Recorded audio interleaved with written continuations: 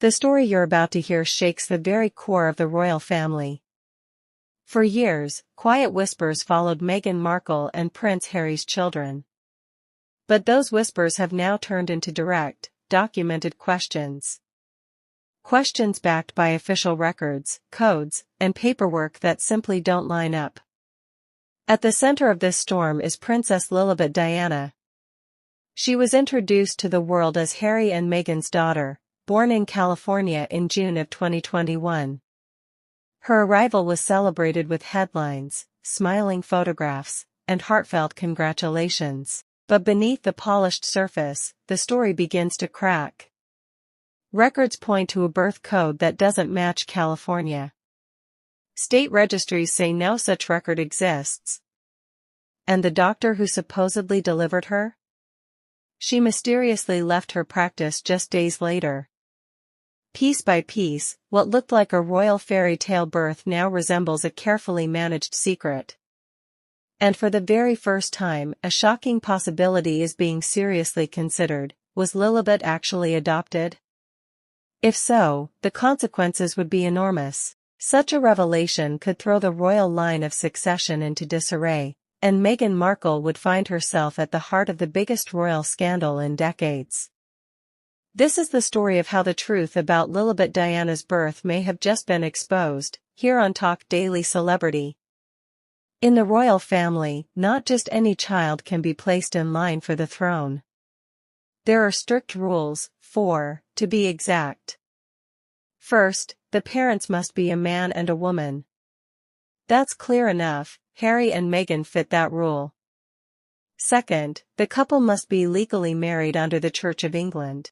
Harry and Meghan had their grand royal wedding, so that box is checked too. Third, the child must be conceived naturally. No surrogates, no secret adoptions, otherwise, the royal claim is invalid.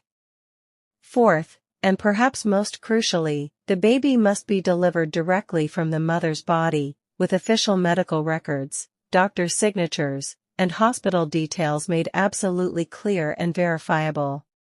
Now, let's rewind to the official story. On June 4, 2021, Prince Harry and Meghan announced that Meghan had given birth to a healthy baby girl at Santa Barbara Cottage Hospital in California. The baby was named Lilibet Diana Mountbatten Windsor, honoring both Queen Elizabeth's childhood nickname and Harry's late mother, Princess Diana. The world celebrated. Newspapers published photos of the smiling baby, and soon after, images of her supposed California birth certificate appeared in the press. It included her name, date, location, and even Harry's royal title. On the surface, it seemed to settle everything. But not long after, sharp-eyed investigators began noticing problems. Details on the certificate didn't align with California law. Codes on the document pointed somewhere entirely different. And then came the most startling twist. The obstetrician linked to the story, Dr. Melissa Drake, suddenly shut down her practice not long after Lilibet's birth.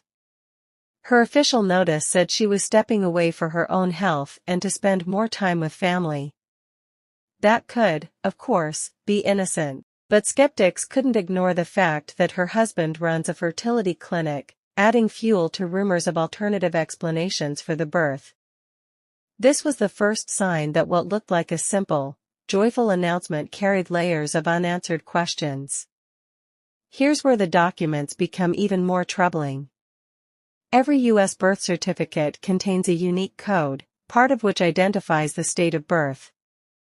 California's code is always 104. Think about that. A certificate claiming Santa Barbara as the birthplace, but carrying a code that points hundreds of miles away to another state. That's not a small typo. That's like issuing a passport that says London but encoding it as Lisbon. It simply doesn't match. This single number set off a storm of suspicion. Because if that code is accurate, the certificate wasn't issued in California at all. And if it's a mistake, why has it never been corrected? But that's just the beginning. When an investigator formally requested a copy of Lilibet's record from California's Vital Records Office, paying the required fee and following the process, they received a shocking response: no record found. Instead of a birth certificate, the state issued what's called a certificate of no public record. In other words, according to California's official database, there is no record of a baby named Lilibet Diana Mountbatten Windsor being born on June 4, 2021. That means the images published by major outlets were never supported by the official state registry. And one more glaring problem: the certificates shown by the media included Harry's royal style, His Royal Highness, Duke of Sussex. But California law doesn't allow titles on birth certificates, only legal names. Which means the documents circulating publicly are either altered or not genuine state-issued records. At this point, we have three undeniable cracks. 1. A state code pointing to Colorado, not California. 2. An official registry saying no, and the investigation didn't stop there. The researcher behind this didn't just speculate online. They went step by step. They filed the email request. They received the no record response. Then they called California Vital Records directly, a call lasting over 25 minutes. During that call, staff confirmed that California's code is always 104, never 105. In other words, the discrepancy wasn't imagined, it was real. Next, the investigator went across the Atlantic. They submitted a Freedom of Information request to the UK Parliament, asking them to confirm Archie's birth at Portland Hospital in London. The response?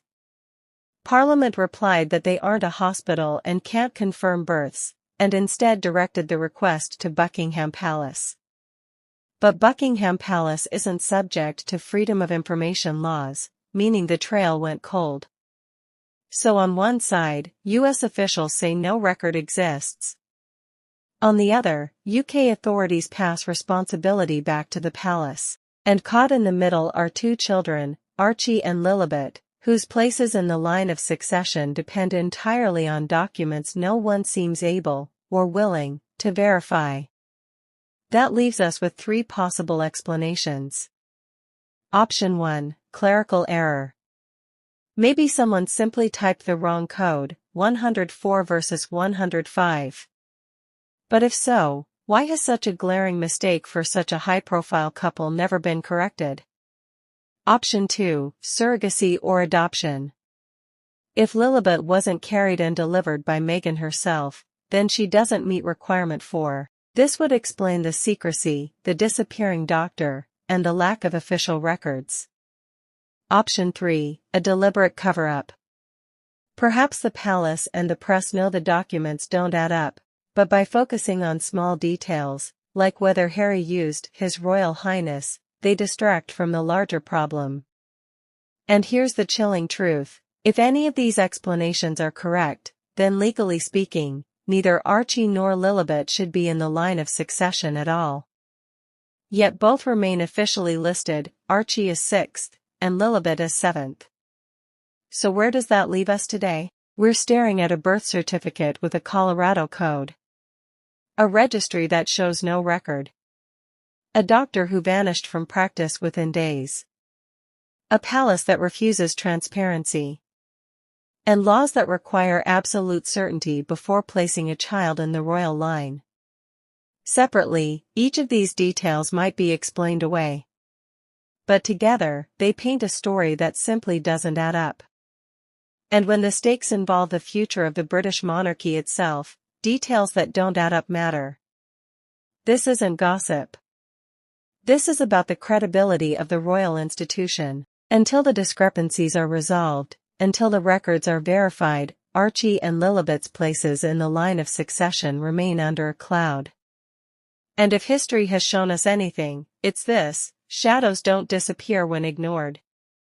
They grow.